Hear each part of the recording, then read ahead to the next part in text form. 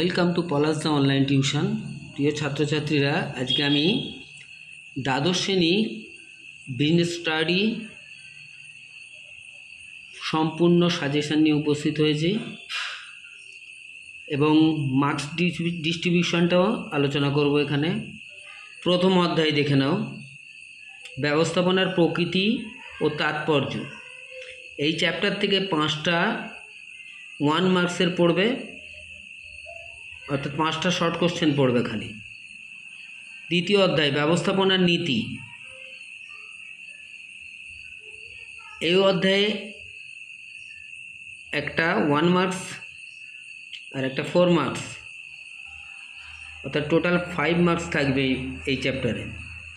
এই চ্যাপ্টারে এই বছরের ইম্পর্টেন্ট কোশ্চেনগুলি দেখে নাও। টেলরের বৈজ্ঞানিক ব্যবস্থাপনার নীতিসমূহ আলোচনা করো।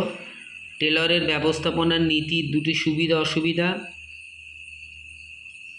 টেলরের ব্যবস্থাপনার নীতির টেলর ও ফেয়লের ব্যবস্থাপনার নীতির পার্থক্য। সময় সমীক্ষা ও গতি সমীক্ষার পার্থক্য। ব্যবস্থাপনার উদ্দেশ্য ও নীতির পার্থক্য। ব্যবস্থাপনার নীতির গুরুত্ব। এই 6টা কোশ্চেন আছে। এর মধ্যে খুব ইম্পর্টেন্ট কোশ্চেন হচ্ছে প্রথমেরটা, একেরটা,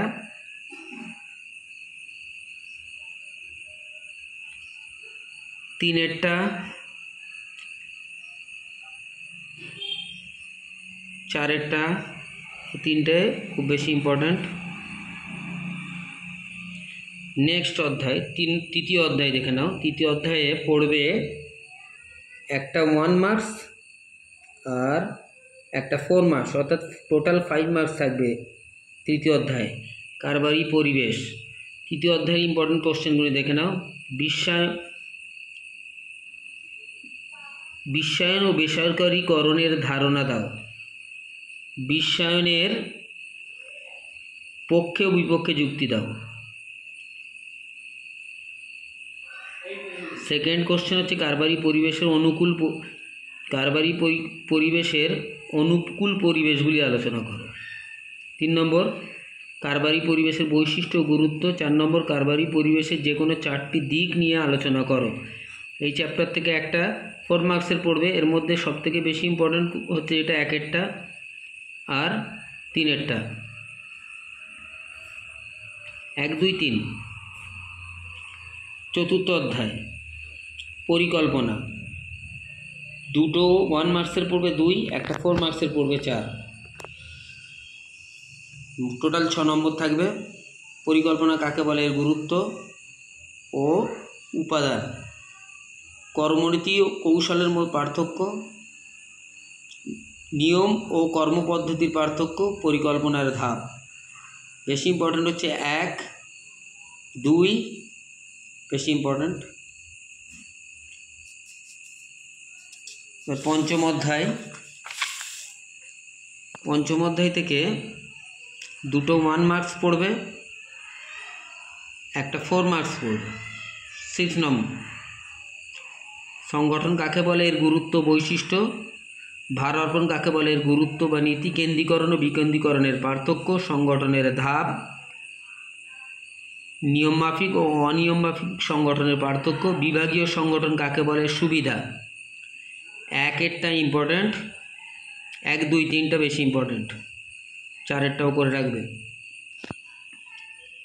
কর্মী পদ পূরণ। ষষ্ঠ অধ্যায় 2টো 1 মার্কসের পড়বে, একটা 4 মার্কসের পড়বে। 1 নম্বর কোশ্চেন দেখে নাও। কর্মী পদ পূরণের বাহ্যিক উৎসগুলি, নাম, এর সুবিধা অসুবিধা। কর্মীপদ পূরণের অভ্যন্তরীণ উৎসগুলির নাম, সুবিধা অসুবিধা। কর্মী সংগ্রহ নির্বাচনের পার্থক্য। কর্মী প্রশিক্ষণ কাকে বলে, এর গুরুত্ব। আশা করি 1 আর 2 এর মধ্যে পড়ে যাওয়ার সম্ভাবনা বেশি। নির্দেশনা। সপ্তম অধ্যায় সেম, 2টো 1 মার্কস আর একটা 4 মার্কস, 6 টোটাল। এখান থেকে সবথেকে ইম্পর্টেন্ট কোশ্চেন হচ্ছে ম্যাসলোর চাহিদা তত্ত্ব। 2 নম্বর নির্দেশনা ও তদারকির পার্থক্য। জ্ঞাতকরণ কাকে বলে, এর প্রতিবন্ধকতা। 1 আর 3 খুব বেশি ইম্পর্টেন্ট। অনুপ্রাণিতকরণের ধারণা দাও। তদারকির কার্যাবলী নির্দেশনা কাকে বলে, এর বৈশিষ্ট্য এবং গুরুত্ব। 1, 3, 6 খুব ইম্পর্টেন্ট। এবার চলে যাও নিয়ন্ত্রণ, অষ্টম অধ্যায়। এখানেও দুটো 1 মার্কস, একটা 4 মার্কসের পড়বে, টোটাল 6 মার্কস। নিয়ন্ত্রণ কাকে বলে, এর গুরুত্ব বা বৈশিষ্ট্য, নিয়ন্ত্রণের ধাপ, পরিকল্পনা, নিয়ন্ত্রণের পার্থক্য। আর্থিক ব্যবস্থাপনা, এই অধ্যায় থেকে 4টি 1 মার্কস আর একটা 6 মার্কস। দেখে নাও। এক কার্যকরী মূলধন নির্ধারণকারী বিষয়গুলি আলোচনা করো, এটা খুব ইম্পর্টেন্ট। 2টা স্থায়ী মূলধন নির্ধারণকারী বিষয়গুলি আলোচনা করো। 3টা স্থায়ী মূলধন ও কার্যকরী মূলধনের পার্থক্য। 1 আর 3 খুব ইম্পর্টেন্ট।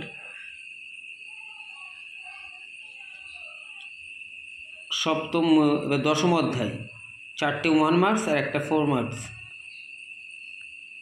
এই অধ্যায়ের মধ্যে যেগুলি বেশি খুব ইম্পর্টেন্ট,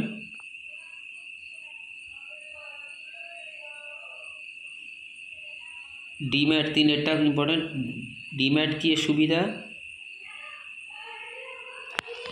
বোম্বে স্টক এক্সচেঞ্জ 5এরটা ইম্পর্টেন্ট।